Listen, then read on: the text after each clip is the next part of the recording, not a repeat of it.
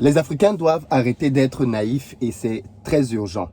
Je vais vous lire une conversation que j'ai eue avec quelqu'un qui est dans mon répertoire il y a de cela 3 semaines au sujet du Ballon d'Or. Et vous allez comprendre pourquoi est-ce que je vous parle de cette thématique.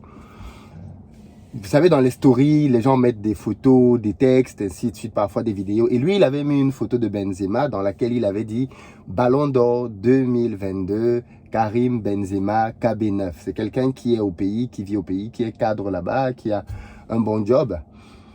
Et donc, j'ai répondu à son statut WhatsApp en disant « Ah bon?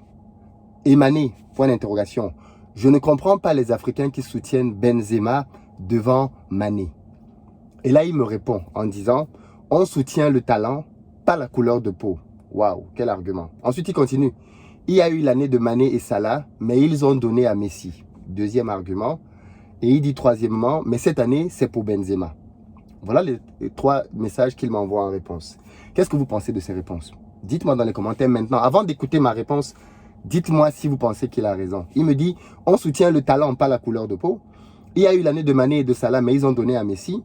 Mais cette année, c'est pour Benzema. Donc, le talent, c'est pour Benzema. Et beaucoup de gens disent ça dans la communauté. C'est Benzema qui mérite le ballon d'or. C'est Benzema qui mérite le ballon d'or, ainsi de suite. Moi, je lui réponds en prenant son message là où il a dit « On soutient le talent par la couleur de peau ». Je fais répondre à ce message-là et je lui dis « Seuls les Africains raisonnent ainsi ». 3 points de suspension. Je prends son message là où il dit « Il y a eu l'année de Mané et Salah, mais ils ont donné à Messi » et je réponds « La preuve ». Quand il a vu mes 2 réponses, il sourit. Je termine en disant « Le monde est régi par des intérêts, pas le bon sens. » Et là, il me répond « C'est pas faux. » Vous savez, les amis, c'est tellement important d'avoir une bonne grille de lecture du monde dans lequel on vit. Parce que ceci va vous permettre de prendre les bonnes décisions. La polémique aujourd'hui, la polémique non. J'ai parlé hier dans une vidéo de Mbappé et de son choix de rester au Qatar. Et donc j'avais fait une petite parenthèse là-dessus sur Karim Benzema en disant que moi je soutenais Sadio Mané.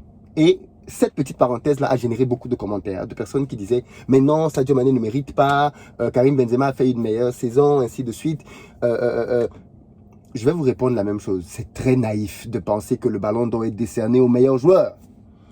Vous êtes très naïf, excusez-moi, si vous pensez vraiment qu'on donne le ballon d'or au meilleur joueur. C'est très naïf.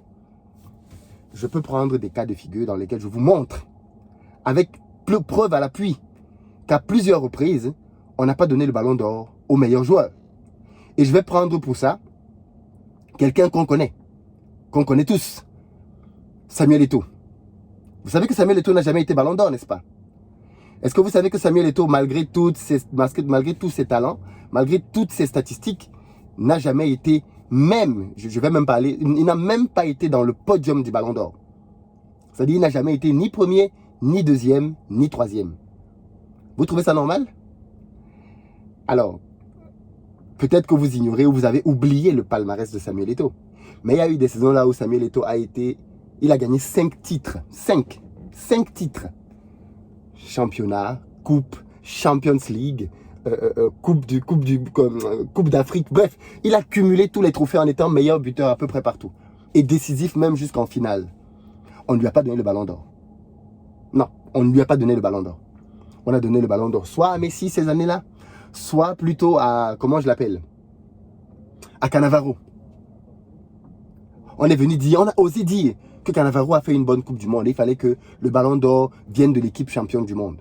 Alors que toute la saison, il n'avait rien fait. Donc on s'est demandé, donc on donne le ballon d'or pour quelqu'un qui a bien joué 1 mois. Quand il faut bien comprendre que les histoires comme le ballon d'or et les votes et tout ça, généralement, c'est politique. On vote pas parce que le gars, il est le meilleur. On vote parce que le gars, on veut avoir quelque chose derrière.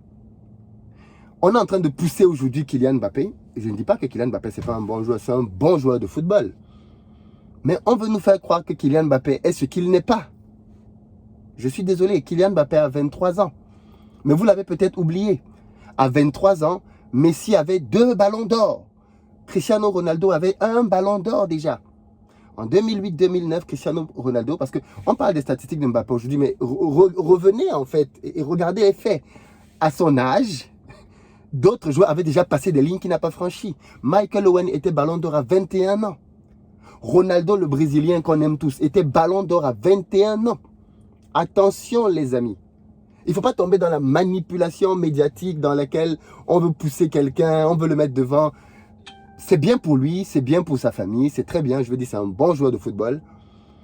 Mais ne venez pas donner le sentiment qu'il est ce qu'il n'est pas. Pour le moment, après bien évidemment, par la suite de sa carrière, on verra ce que ça va donner. On a vu des gens qui ont moins bien commencé, qui ont eu une éclosion tardive comme Zidane, et d'autres qui ont eu une très bonne éclosion rapide et après qui se sont éteints. Mais je lui souhaite une très grande carrière à Mbappé.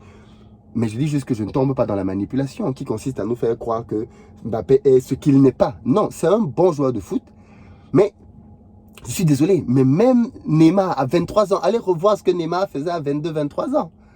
Allez revoir, parce que j'ai l'impression que je dis vous oubliez rapidement, vous êtes dans l'euphorie du moment. Non, non, non, non. Donc, pour revenir au sujet, on ne vote pas uniquement le talent. On n'a pas donné le ballon d'or à Samuel Eto'o 3 années. 2006, 2009 et je pense 2010. Oui, c'est ça, 2006, 2009, 2010. Parmi ces 3 années, il y a 2 années là où il fait un quintuplé en écrasant les scores. Et il n'est pas ballon d'or. Il n'est même pas sur le podium. Didier Drogba, il n'a jamais été sur le podium du ballon d'or. Vous vous rappelez de la saison éblouissante de Mohamed Salah? Là où il a été meilleur joueur d'Angleterre. Tout le monde pensait que Mohamed Salah allait gagner le ballon d'or. Il n'a même pas été sur le podium. L'année dernière, Salah n'était même pas... Il était 7e au ballon d'or. 7e. Et vous venez penser ici, vous venez dire que c'est le talent, qu'il a mieux joué, il a plus de statistiques. Vous sortez ça d'où? Vous sortez ça d'où? Allez prendre les statistiques de Lewandowski au Bayern. Allez prendre les statistiques de Lewandowski.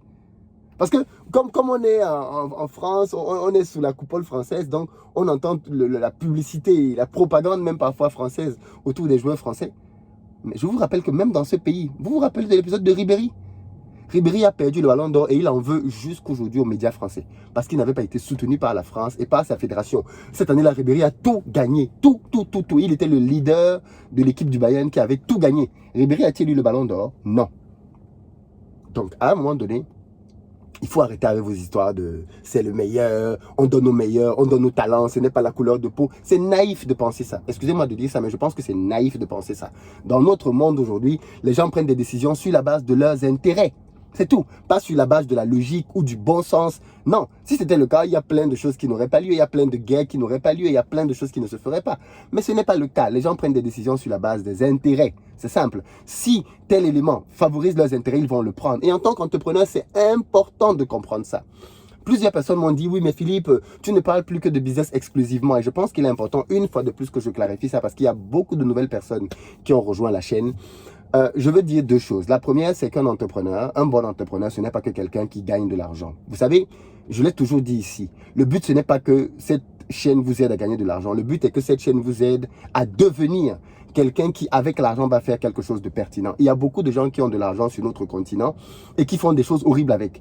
On a des gens qui font des choses pires que celles qu'on peut reprocher aux Chinois ou même à certaines multinationales dans nos pays avec l'argent. Donc, le but pour moi, c'est pas juste de contribuer à faire que beaucoup d'Africains aient beaucoup d'argent.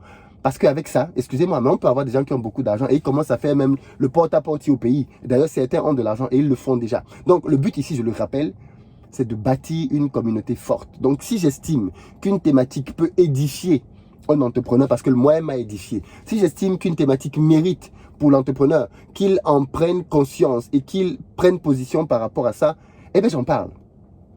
Ce que j'ai aussi décidé, c'est que, comme certains d'entre vous, vous êtes là effectivement parce que vous ne voulez parler que de business, désormais, on va faire 2 vidéos. Une le matin, généralement dans laquelle je parle d'une thématique qui me semble être importante, et une l'après-midi dans laquelle je parle purement de business, simplement. De telle sorte que si vous ne voulez que parler de business, à ce moment-là, vous viendrez l'après-midi, vous suivrez les vidéos de l'après-midi, et ce sera bon pour vous. Par contre, si vous voulez quelque chose de complet, le full package, alors bien évidemment, je vous invite à suivre toutes les vidéos qui vont sortir du matin et de l'après-midi. Et ainsi, vous allez pouvoir avoir, d'après moi, une vision un peu plus complète des choses. Un sujet comme celui-ci, par exemple, un sujet qui permet de pouvoir avoir de l'analyse, avoir de la hauteur par rapport aux médias, c'est très important. En tant qu'entrepreneur, on vit dans un monde dans lequel les médias influencent beaucoup la prise de décision. Donc, on ne peut pas être naïf face aux informations que l'on reçoit si on ne sait pas lire au travers du prisme de propagande.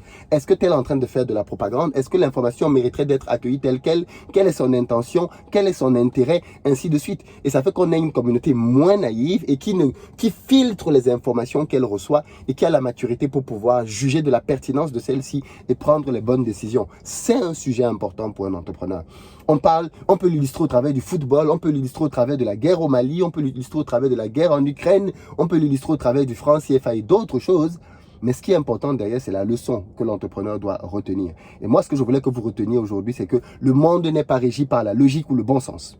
Et il faut arrêter avec cet argumentaire un peu naïf qui consiste à dire que comme c'est lui le meilleur, alors il doit avoir... Non, c'est faux. Excusez-moi, mais si c'était ça, l'Afrique serait le continent le plus riche. C'est ça le bon sens. C'est ça la logique. L'Afrique devrait être le continent qui nourrit tout le monde. L'Afrique devrait être le continent qui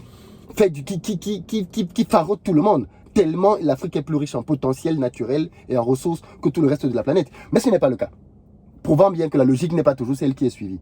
Donc, on ne peut pas tomber dans le panneau de la manipulation ou venir suivre certaines personnes qui ont leurs intérêts. Non, Sadio Mané doit être Ballon d'Or. On doit le soutenir. On doit pousser pour qu'il le devienne. Voilà en tout cas ma position par rapport à ça. Et j'espère que vous l'avez comprise.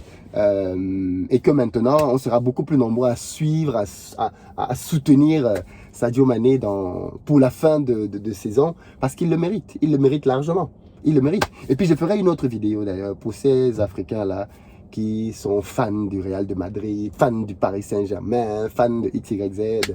Je ferai une vidéo pour vous. Ciao!